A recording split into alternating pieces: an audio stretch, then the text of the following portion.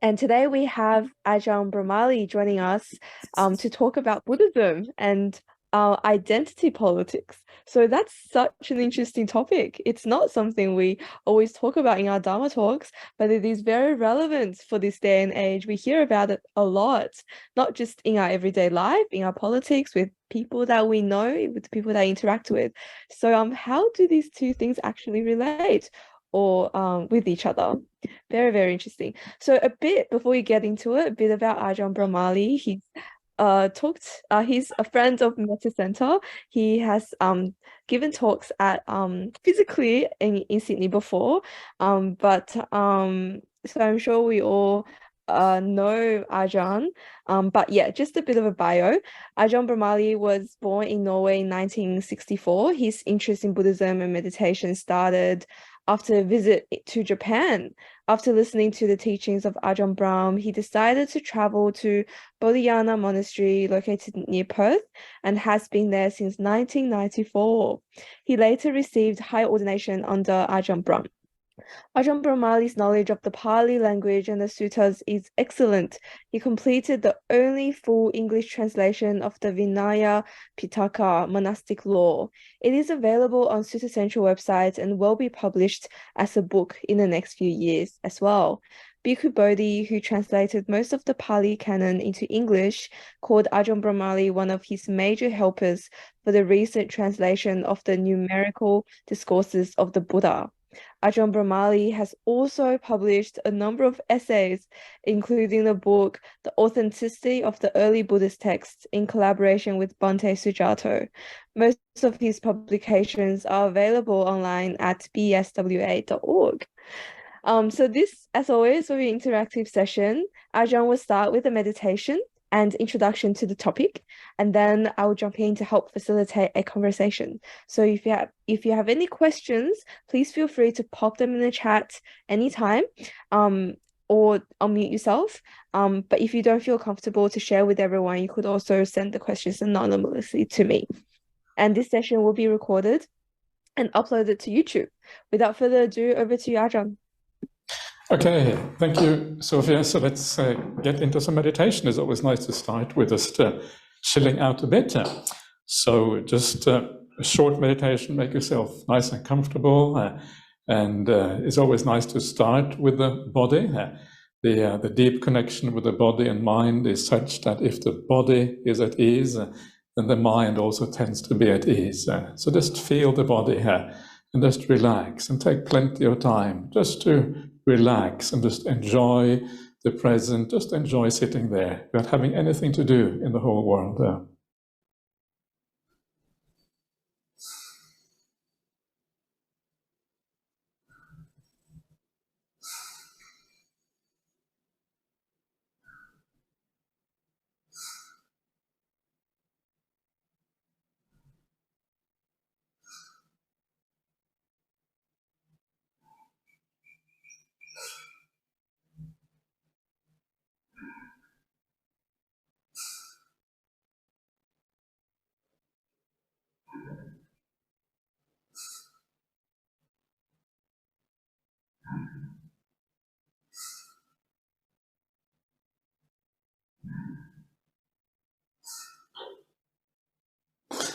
The beginning of meditation is always about just allowing the world to fade away gradually. And this can take a bit of time depending on how much contact you've had with the world recently.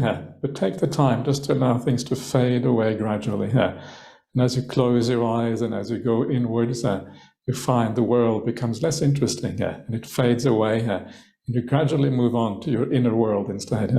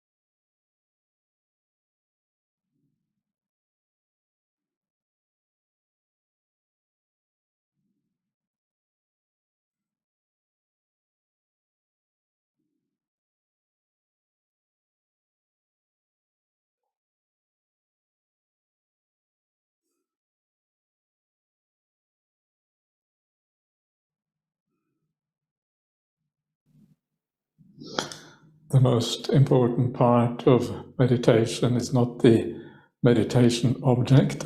It is to learn just to relax and to enjoy what you're doing.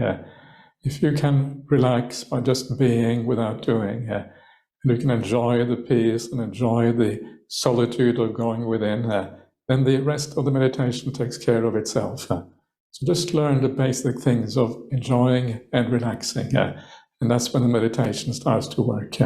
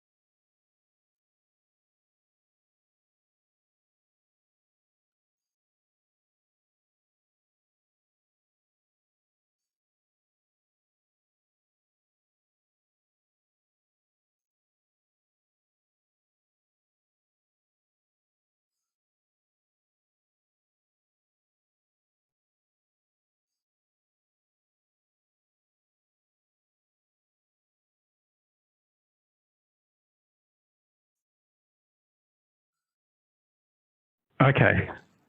All right, good. I have no idea. This is kind of weird. I've never seen this happen before, actually. It's strange. Very strange happened here. But never mind. This is samsara. This is impermanence. Sure, this is kind of how the Buddhism turns out to be right every single time, right? Things go wrong. Things go upside down. There's climate change, and then there's the Zoom not working. It's kind of two sides of the same thing, really. So anyway. Okay, so let's kind of get back to where we were. So we're talking about the idea of identity, how it is really problematic, and how it causes so many problems in the world. And I was talking about the idea of not just kind of within social groups or in that sort of way, but also in the sense of how we discover our teachers, and how teachers very often, there's a very strong sense of identity and a problem with teachers, and how we kind of follow individuals rather than follow the Buddha. And it causes problems in the world because there are such a great variety of different teachings in the world. There's such a massive discrepancy between how different teachers teach. And if we want to find a common ground and want to avoid too much argument within Buddhism, sometimes we actually have to go back to the thing that everyone has in common. That, of course, is the teachings of the Buddha. And it's kind of weird because the Buddha, he really warned us against this very soon before he passed away. When he was traveling to Kushinara, he was on his towards his. Knew that he was dying. He was coming to the very end of his life, and because he knew that, he laid down all the things that were relevant for the Sangha to survive after his demise. And of course, one of those things that he laid down, he said, "There's nobody is going to take over the Sangha after I die. After I die, what is going to be your teaching is the suttas and the vinaya, the suttas and the vinaya that I have laid down. This is going to be your teaching." And of course, the first thing that people do is they throw that out, and they take teachers as their teachers, and they follow individuals, and nobody reads the suttas, nobody reads the vinaya, no one has a clue what's going on. That's the first thing everyone does, because I think we have a tendency as human beings. We want something tangible. We want to have a teacher in front of us. We want to have a teacher that we can kind of, who is there for us or whatever. And having some kind of amorphous Buddha, some sort of teaching that existed 2,500 years ago, it is often actually very difficult for us to actually deal with that. But that is what we should be doing.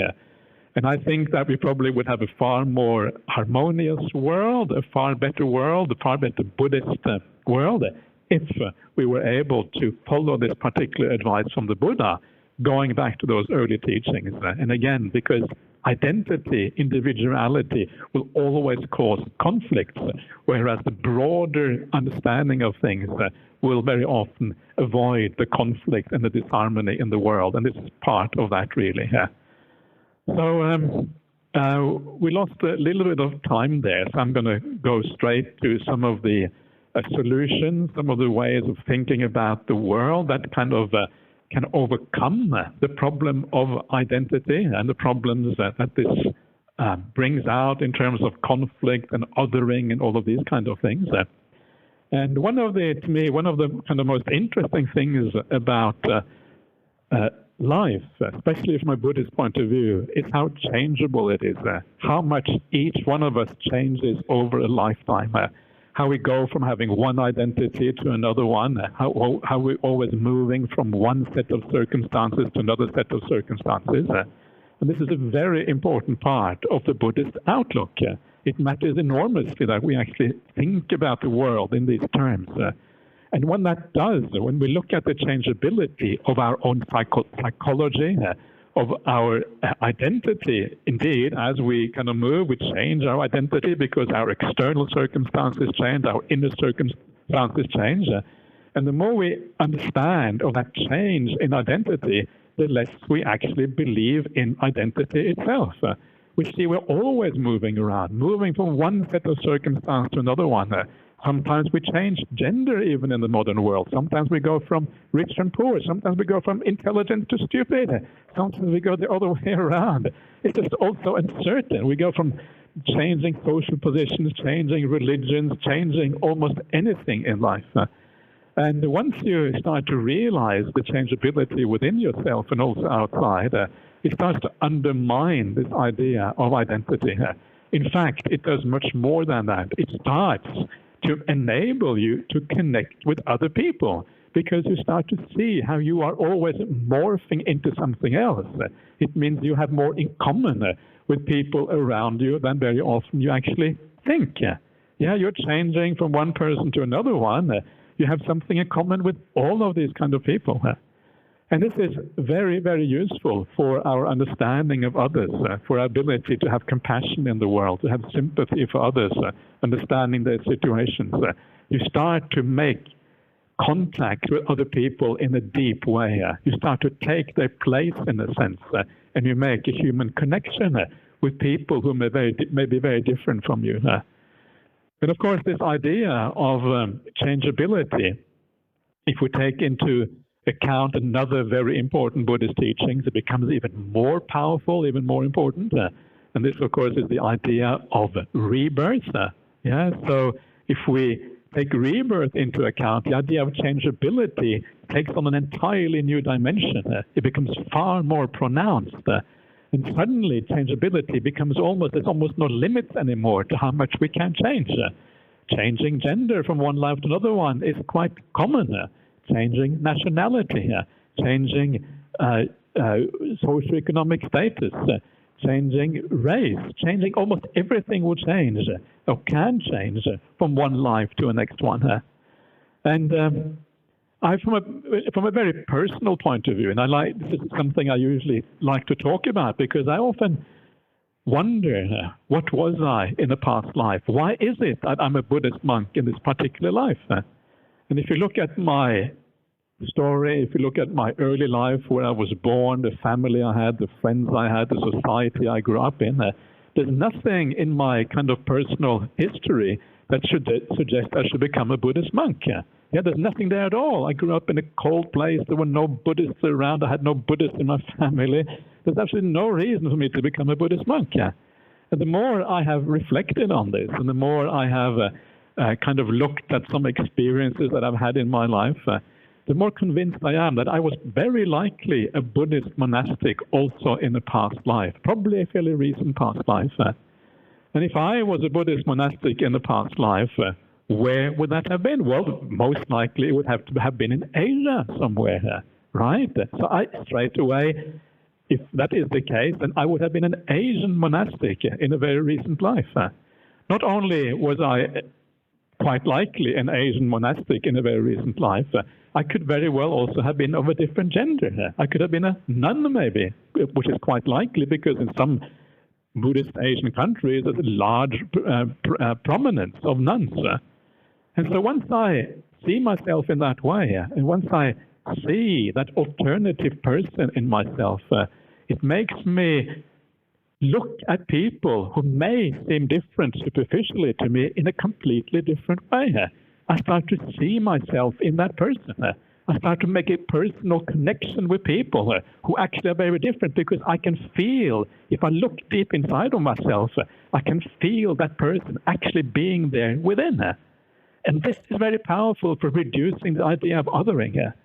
And if you bring this idea even further, if you take it even further, the idea is that actually all the separation that we have in the world, the separation from anyone we ever meet, is always very artificial.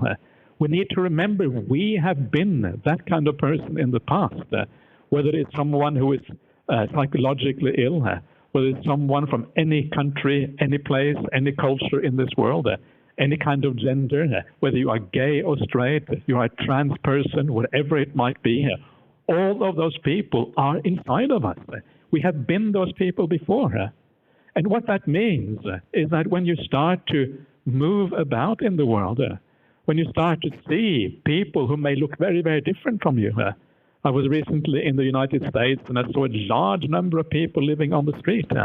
When you see that person living on the street, maybe mentally ill, do you feel a sense of separation? Or do you feel that this person could be you?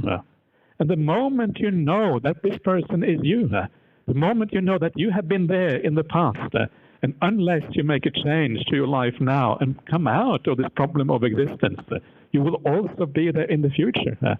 The moment you see yourself in that person, you create a very powerful human connection. And it is impossible almost not to have sympathy, not to have compassion at that particular point. And this shows you that by reducing the idea of identity, by understanding that we are all fluid, always moving from one situation to another one, we don't have an identity. We are not a particular person, or rather we are everyone and no one at the same time, because we have been in all those situations before. Then we can create real human connections, real human understanding in this world, with sympathy, with compassion for all people around us. And then we can allow that sympathy and compassion to feed into our politics, into the voice referendum that we're having now for the Aboriginal people, or the indigenous people, into any kind of other identity politics or social activism that we may get into. That idea of compassion and sympathy, we can allow it to feed into that, understanding that these people are not actually different from us at all. They are all part of us. They are part, I am part of them, they are part of us. And once you see that, it opens up a new avenue for understanding the world, which can become very, very powerful. And so the point here is really that we should be careful when we use things like identity politics. We should use it in the right way. We should use it in a way whereby we create unity, we create understanding, and we don't create othering. If we create too much othering, if that is the outcome, and I don't know if it is, this is not meant as a critique, it is just a critique of the word identity, really, but it's just a kind of seeing the danger in some of these concepts if they're used in a bad way. This is one of the ways that we can create more brotherhood and more sisterhood in the world, by seeing the kind of how we're always in flux, always changing, and that the distinction between us is far, far less than we believe. And very often those imprints will be there still within us. If you have been a certain person in a past life, the feeling of that person will be deep inside you somewhere. It's part of your psyche. It's not something that you can erase completely. And so it is possible to have compassion and sympathy for people who are even very, very different from us. So this is one powerful way. Another powerful way that the idea of identity can be used as a matter of practical practice, how to kind of use it in our ordinary life, is in the idea more broadly of compassion. I've always already said how the idea of brotherhood and reducing the distance between us and others leads naturally to compassion. But the whole idea of compassion in Buddhism is to a very large extent based on the idea of non-self. If you understand non-self, which is the opposite of identity, then compassion is actually a natural outcome of the idea of non-self. And there is a beautiful simile in the sutta that I often talk about because it is so powerful in giving rise to compassion and sympathy in the world. And that is the simile of the sick person. And the Buddha says that when someone is bad in the world, when someone does bad things, bad actions by body, bad actions by speech, bad actions by mind even, we can extend this also to be any kind of human being or whatever kind there is in the world, someone we don't like for whatever reason.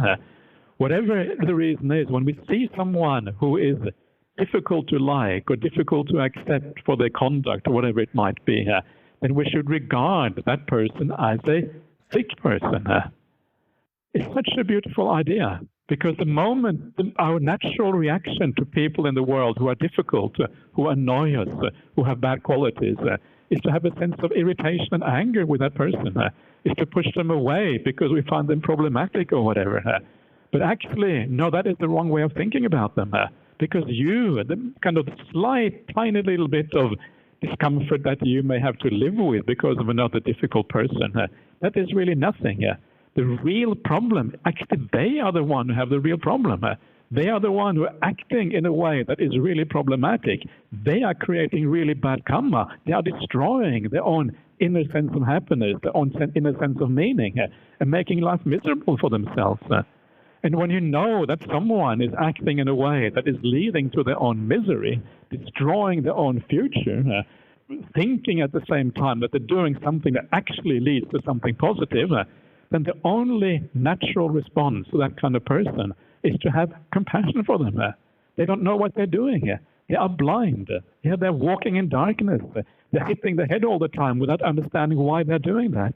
They think they're living in a way that leads to their own happiness and meaning and a benefit, when actually they're doing the exact opposite and dragging themselves down, destroying their own future, also destroying their own present right here and now. And so you understand, they are a sick person.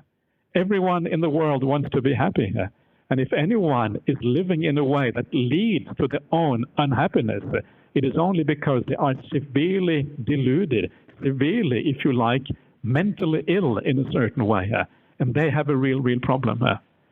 And there's a very beautiful way of thinking about the world. It comes from the idea of non-identity. This person does not have an evil identity or a bad identity. They are just changing. They have been conditioned to be who they are. It has nothing to do with identity. The moment you think in terms of identity, compassion becomes very difficult, because then there is a sense that this person is responsible for this, that it is their identity, they have taken this on board because they think this is what they should do. I'm going to be evil towards others, or whatever it is. I don't know how anyone could ever think like that, but that's kind of almost like the ideas behind this. But of course, that's not what's going on at all. What is going on is that this person has been conditioned in a certain way, has been under the influence of certain people, certain groups, whatever it might be. And because of that conditioning, they are trapped. They are trapped in a personality that's been conditioned in a way whereby they cannot, almost not avoid doing stupid things, doing bad things, doing things that actually hurt themselves more than anyone else. That is really what is at stake. And so what this does, it opens up the door to compassion. Non-identity opens up the door to seeing people in a completely new way. And instead of feeling sorry for ourselves, instead of feeling my little world is being compromised by other people, we turn the table and we open the door of our heart and we allow the possibility that actually this person is the one who has a real problem. For us, we can deal with it. And moving from the idea of the selfish little me or the self-centered little me who is being hurt, and changing from that, which is a small, tiny world, a world that is you feel trapped, you feel confined. It doesn't really have that largeness of mind that we want to cultivate on the path. And then you move to compassion. That is where you create that largeness of the mind which takes in the people around us, enables us to have that sympathy and understanding for the world around us. It's a beautiful change that happens in the mind. And all we have to do is to shift our perception of people from identity to conditioned beings. The moment you understand that other people are conditioned beings, at that moment, your entire understanding of the world changes enormously. And I think this is a very, very big problem in our contemporary world. It has always been a big problem. It is a problem because deep down it feels like our identity is so solid and so strong. And because our identity is so solid and strong, it is hard to understand this idea of being conditioned. And this is why we need to reflect on these Buddhist teachings again and again and again to gradually see the world in a new way, understand how conditioned we all are, and then allowing forgiveness, compassion, and sympathy to come out instead. So these are two ways of gradually, in a sense, working with the idea of non-identity, trying to move away from identity. But really, at the end of the day, it comes down to changing what we identify with. One of the problems that we are dealing with when we're dealing with the idea of identity is that identity is almost like a given in our lives. We cannot say, I will have no identity. That's impossible, because it comes as part and parcel of who we are as human beings. We're born into this world, and we're born with certain defilements, certain delusions. And in Buddhism, one of those delusions is precisely the idea of identity. We have other problems like craving, we have attachments, we have all of these kind of things. And all of these things are givens when we come into this world. And because they are givens, we can't just give them up just like that. We have to somehow work with them. And so what we do then, the right approach to all of this, is really to use our cravings, use our attachments, use our identity in such a way that it makes the path work. We use these things in the pursuit of the Buddhist practice. Then we are using them in the right way. And the suttas do actually talk about this. They talk about craving or desiring in such a way that it progresses the path. And also the same thing with the conceit or the identity. We use our sense of identity in such a way that it actually works.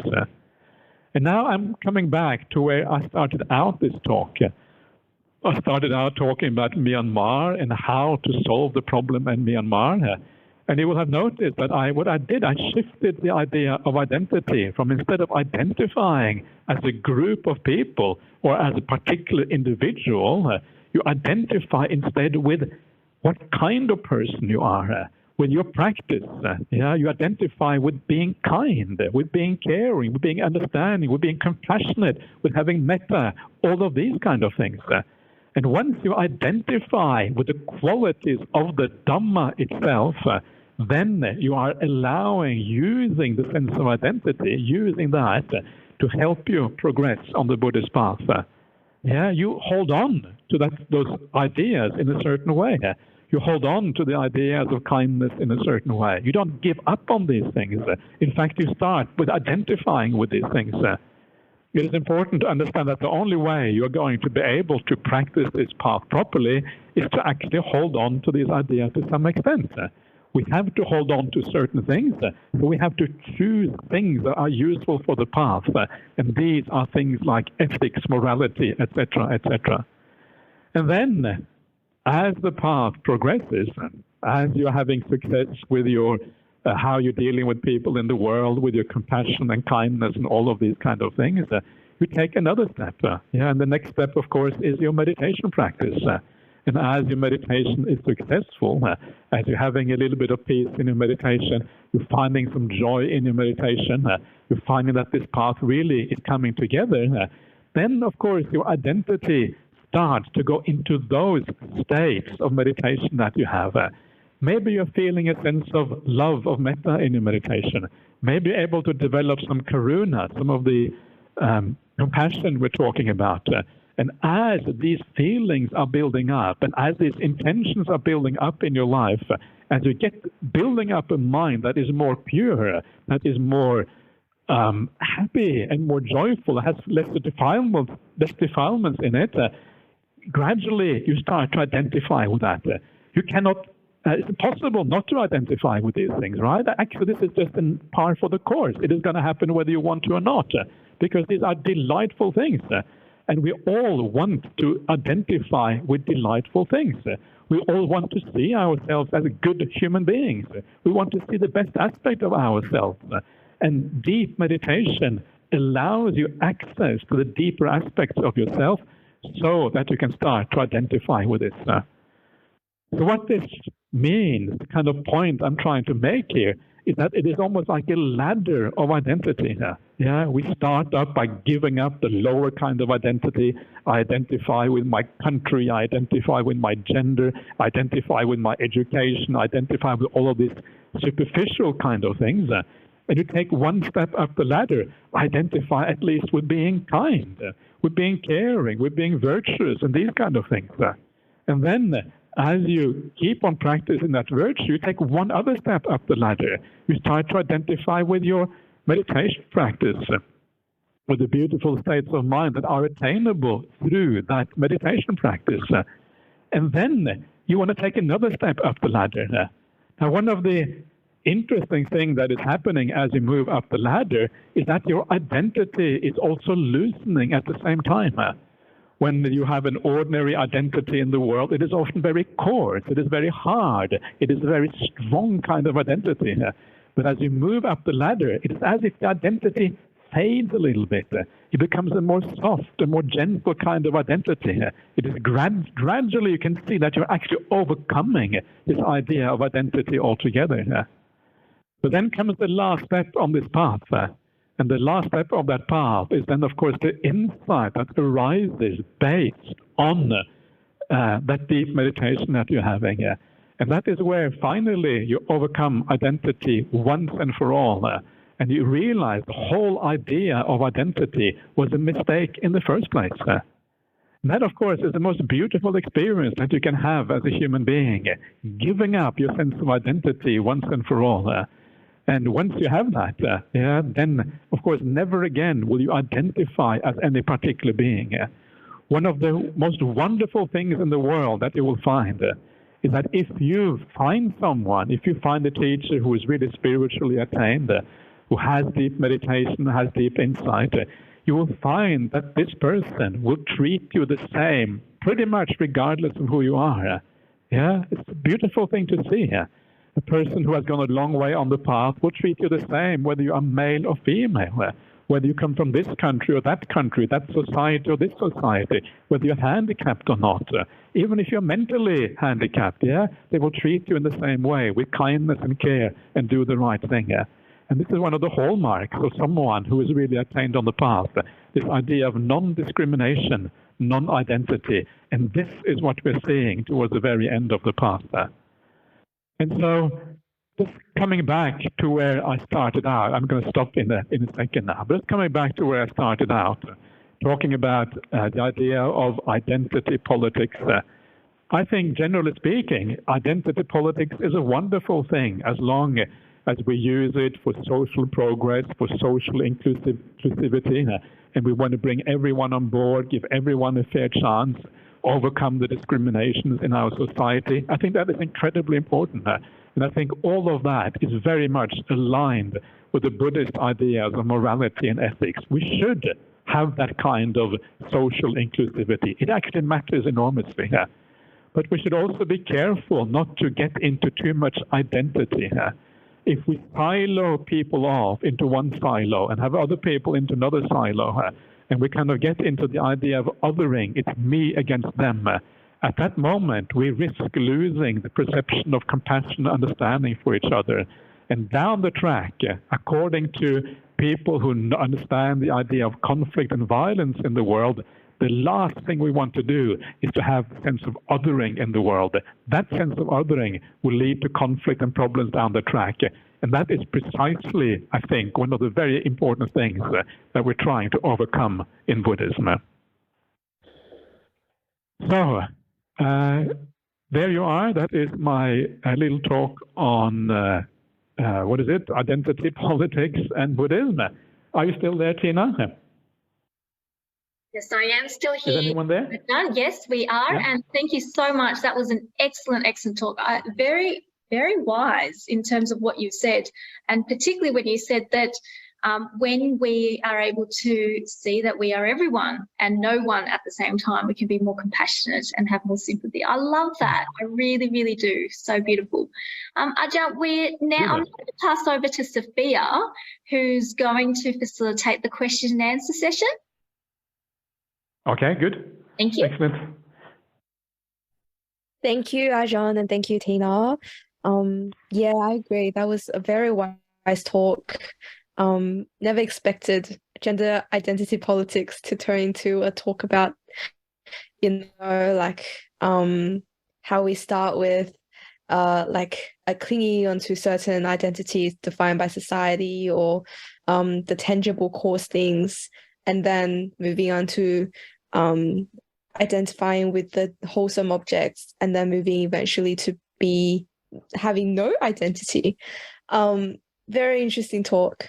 So now I invite everyone in this session, if you have any questions, if you have any comments, if you have any thoughts you'd like to share, please feel free to pop them in the chat if you're online, or unmute yourself as well. And if you're in person, as you know, you could talk to Tina or and send your message that way. If you don't have any questions in particular, I invite you to reflect on this question, which is, in your everyday life, what are some of the times you encounter challenges with clinging onto certain identities? What are some of the challenges you may face with clinging onto certain identities, as Ajahn has talked about?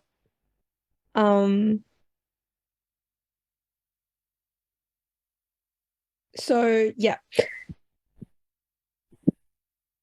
Ajahn, we don't have any questions at the moment, but I'm curious to know, so with our, I find it really interesting that you're connecting compassion with identity. So but then as I'm reflecting on my own identity, I'm thinking that there are certain views I'd like to hold on to about who I am, but sometimes that becomes a hindrance in me being able to be present with the other types of thoughts, things going on in my mind that could be more negative, and that could lead to rejection or aversion arising. So are you able to please talk a bit about what if there are you're identifying with the wholesome objects, but how do you also be aware or be able to be with the less wholesome objects as they arise? Yeah, I think, it's important not to put the bar too high with this kind of thing. Sometimes we kind of become too idealistic and we're asking for the impossible. So one of the things we should do as well, we should also realize and have compassion for ourselves. Self-compassion is a very important thing. And to understand that sometimes we're not going to be perfect. Sometimes we are going to, because we also conditioned. We also conditioned with our background. Sometimes we're going to get angry. Sometimes we're going to have negative things happening. And that's okay. Yeah, it's okay to have that. The Buddhist path is often a long-term project in overcoming our habits, because our habits are so deeply ingrained. Overcoming those habits take a long time. So you have an idea of where you want to go. You have a kind of roadmap which the Buddha gives you, and then you apply that roadmap as much as you can while having compassion when you fail, and you will fail a lot. Yeah, you will fail all the time. Every day you're going to fail a little bit, and that's okay. Then you have compassion for yourself. You understand your own limitations. You understand there's only so much you can do in the world. And when you combine that sense of self-acceptance and self-compassion with the ideal of moving forward or going somewhere, that is kind of the best way of moving forward. Otherwise, you're going to get angry with yourself. Otherwise, you're going to get kind of depressed because you can't do it or whatever. But no, every time you fail, just say, okay, I expected this. This is part for the course. And then gradually, you're moving forward. Yeah, thank you. Self-compassion as part of a very important part of this journey to something a lot of us probably struggle with. Thank you, Ajahn. We have a comment from Sensing. This is such a wonderful talk, Ajahn. Thank you so much. Such wise advice. And we also have a question. So Letitia said, wow, thank you so much, Ajahn Brahmali. Is the perception that we are everything and no self, is that main insight of enlightenment? Much metta and gratitude. I think the main insight of enlightenment is that it is that we are nobody. That's kind of the main insight. The main insight is just that we are these five khandhas. We are this kind of process moving on in the world, and that we are nobody. When I say that we are everyone in the sense that we have been everywhere before, and we have all of these things kind of deep inside of us. But we aren't really those things. It's just that we have those experiences, and we can understand other people as well in the world. That's kind of the idea there. But the main insight of enlightenment is that there is nothing really, we aren't anyone. And then you can see the five khandhas, you can see your person for what it actually is. And what you see is basically you see suffering, you see a problem, and so you understand how to overcome that problem is to kind of end rebirth, because that's when you are ending this kind of cycle of just moving on forever and ever. So I'm not sure how clear that was, but something to that effect is what you actually see here. That's a very interesting point. We've also got someone asking a question of, I have heard one certain controversial commentator mention that pride is dangerous as a psychological concept in identity politics. What do you think about this? By the way, thank you for giving this talk during Vasa. That's from Mayan. Yeah, okay. Yeah, I mean, pride is another thing. Pride is very closely related to the idea of identity. Yeah? Identity means that you take pride in who you are, in the kind of personality you have, and all of the various aspects of that personality. Yeah. So pride is very, very closely related to this. And So if we take, we should have a sense of wholesome pride about who we are, but we shouldn't kind of think that that makes us better than others. If the pride makes you better than others, then it is problematic. But if the pride is merely the fact that you feel good about yourself, that you have a sense of self-esteem, that you have a sense of self-worth, well, then of course it is very positive. That kind of pride we should have. But we should not have the pride where we kind of create this othering again, where other people become less. Because at that particular point, then discrimination becomes justified. If you are better and other people are worse, then of course you are more important, right? And that is problematic. The moment you think you are more important, well, then you have a problem. So we should regard ourselves as like kind of more like equal. Equal is really the right thing, the right way to think about it. One of the interesting things on the Buddhist path, you have this idea of the three kinds of conceit in Buddhism. Inferiority conceit, superiority conceit, and equality conceit. And the idea of equality conceit is a very interesting one. It's a very Buddhist kind of idea. No one else in the whole world talks about equality conceit. It sounds really weird. It sounds like an oxymoron, the equality conceit. But the idea is that you cannot compare yourself to other people. And the reason you cannot is because we're always changing. So which person, who are you? It's one time today you might be a bit upset about something. Another time you may have a lot of metta for the people around you. Another time you're kind of somewhere in between. And then you have another person. We're always changing all the time. So which person are you? Which part of you do you compare to the other person? And then over the years, we change. Maybe someone becoming a better person, someone is becoming a worse person, perhaps, in terms of general qualities inside. There is no foundation for comparing. And because there is no foundation for comparing, it is also impossible to be proud. It's impossible to say, I am better or worse or even equal. We are all these kind of blobs of changeable five khandhas moving around in the world, interacting with each other. And to that extent that we are these changeable blobs of five khandhas, to that extent we are the same. Yeah, we're kind of moving in a similar kind of direction. And once you see that kind of similarity between us, then it is also possible to have more sense of, we are, of brotherhood or sisterhood, if you like, or whatever, fellow humanity between all of us. So. That's really beautiful, Ajahn.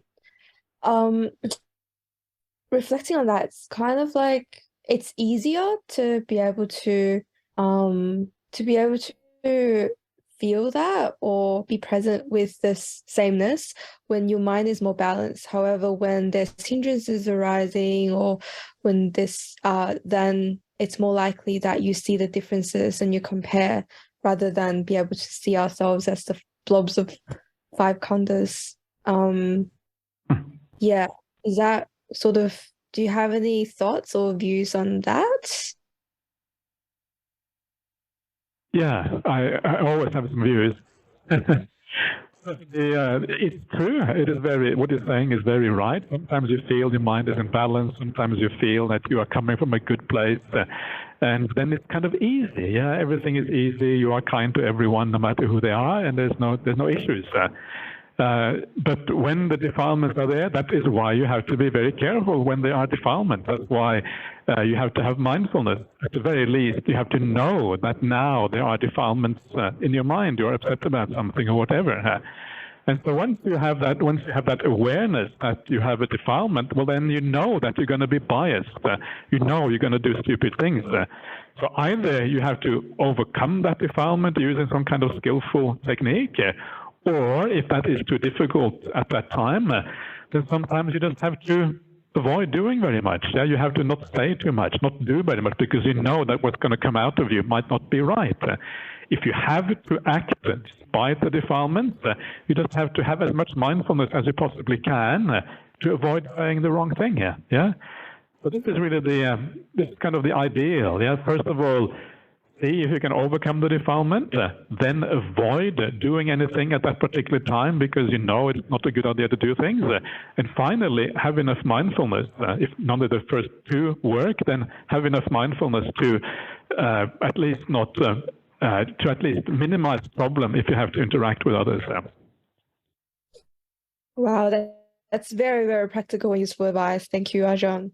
Exactly sort of along what I was thinking, like questions in my mind, you answered it. We also have another question.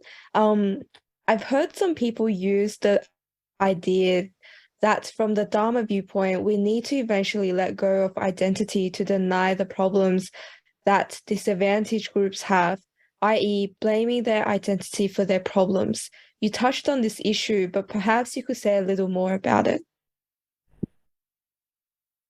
Yeah, Sorry, blaming the identity for the problems, yeah? Yep. Yeah, that's so yeah, I think that is also very identity and problems are not really necessarily connected with each other. Yeah, identity is one thing, and problems are often very very different. And again, the idea in Buddhism is always not to blame anyone for anything really, because the idea is the idea of conditionality, the idea that we are who we are, not because we choose to be those people, not because we choose our identity, but because we have been conditioned to be that person. And one of the ways I like to think of this is that we are like in prison. Yeah, we are in prison. The prison is our personality, basically. Our personality is that which has been formed through our life, through all our experiences with our parents, with our schools, with our friends, with our inner experiences, past lives. Everything forms us to be who we are now. And if someone asks you to step out of your personality and be someone else, you know it's impossible. You cannot step out of your personality. Your personality is like a trap. Your personality is a habit. A personality is something you cannot really escape from. And that personality forces you to live in a certain way. It forces you to react in a certain way, because that is what personality means. It means that you have a certain way of dealing with the world, a certain way of seeing the world, a certain way of reacting to the world. And so we should never blame anyone for anything. An identity, if it is a fiction, we should always understand that anyone else is trapped by their delusions in the world. And that if anything, actually, the only right response to anyone in the world is always compassion, is always that. The thing which stops us from having compassion for others is the feeling that they have an identity, that they have a personality, that they actually have a will to do things differently. That is the reason. That is the kind of almost like an intuitive feeling. But we cannot always trust our intuition, because there are these profound problems, this profound reality that we don't understand properly. Our intuition is very often wrong. So reality from a Buddhist point of view, and this is what we have to try to approximate in our practice, is to understand people as conditioned beings. And because they are conditioned beings, they're always worthy of compassion, sympathy, and understanding, because that is what it means to be conditioned. You don't have much choice. You are trapped, you are in prison, and you will act as a prisoner does. You are shackled, you are held back, you have very limited movement, yeah? And that means that you can only not really be held responsible for so many of the things that you do. That's so beautiful, Ajahn. We're a little bit over time. I just have a really quick question in regards to what you said. So it's sort of like understanding that beings are conditioned beings does help with the arising of compassion. Is there a balance between understanding and also protecting you yourself? Because you could lean too far on the compassion side and allow conditioned beings to hurt you in different ways. Mm-hmm. Yes, so I don't think you can have too much compassion. Compassion is always right. It is more how you express that compassion. So you can express that compassion either outwardly, but sometimes, as you say, if you express it outwardly all the time, people can actually hurt you because they don't really understand or whatever. But if you cannot express it outwardly towards others, you can always have compassion in your heart. And that compassion in your heart is never going to be a problem, because it's just really you just living with yourself, living in a good way with yourself. But you're right, you should protect yourself. And if you feel that someone doesn't understand and they kind of misuse the compassion that you have, hold back, but never give up on the compassion within. That's the most important part. I love that. that answered another question I've had for a very long time. Thank you so much. We are at 8:30, so unfortunately we're out of time. Thank you so much, Ajahn, for a wonderful talk, and I think that's echoed by a lot of people here. Lots of hands together as thank yous, and thank you for a wonderful talk. Thank you, Mr. Center, for organizing this.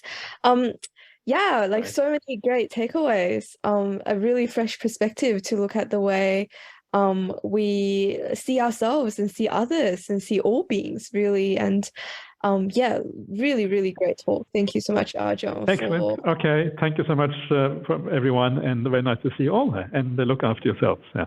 Yeah. Before we finish, though, do you have time for a quick dedication of merits, Ajahn? Dedication of merits? Yeah. Is that what you're saying? Dedication of merits? Yes, that is what I said. Yep.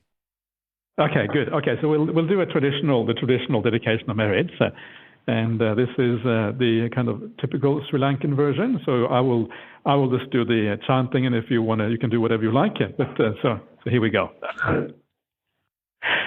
Edang me nyatenang hotu sukita hontu nyatayo. Edang me nyatenang hotu sukita hontu nyatayo. Edang me nyatenang hotu sukita hontu nyatayo. Sadhu, sadhu. Okay. Sadhu, sadhu. Thank you, Bye bye, everyone. Brahmali. It's nice to see you again here, or to hear from you again, rather. I just wanted to also mention to everybody that if you would like to listen to Ajahn Brahmali again, on the 25th of September, Ajahn Brahmali will be competing with Bhante Sujato at a special event called the Buddhist Bowl Trivia. So it's not going to be just a competition between the two monks only. It's actually going to involve lots of us. So if we want to participate, we can do so as well. So I'll just put the details in the chats here. So that's going to be on the 25th of September, so the Buddhist Bowl Trivia, but also the Metta Convention, which is going to happen on the 30th of September and the 1st of October. On the 1st of October, there's going to be a panel with Ajahn Brahmali, Bhante Sujato, and Venerable Karma Lekshe. And the topic is very interesting. It sounds quite thought-provoking. It's called The Weaponization of Love, Exploring the Dark Side of Manipulative Love and Finding Genuine Loving Kindness. And also, but Ajahn Brahmali would like to talk about how to love like the Buddha. So come and join us, maybe.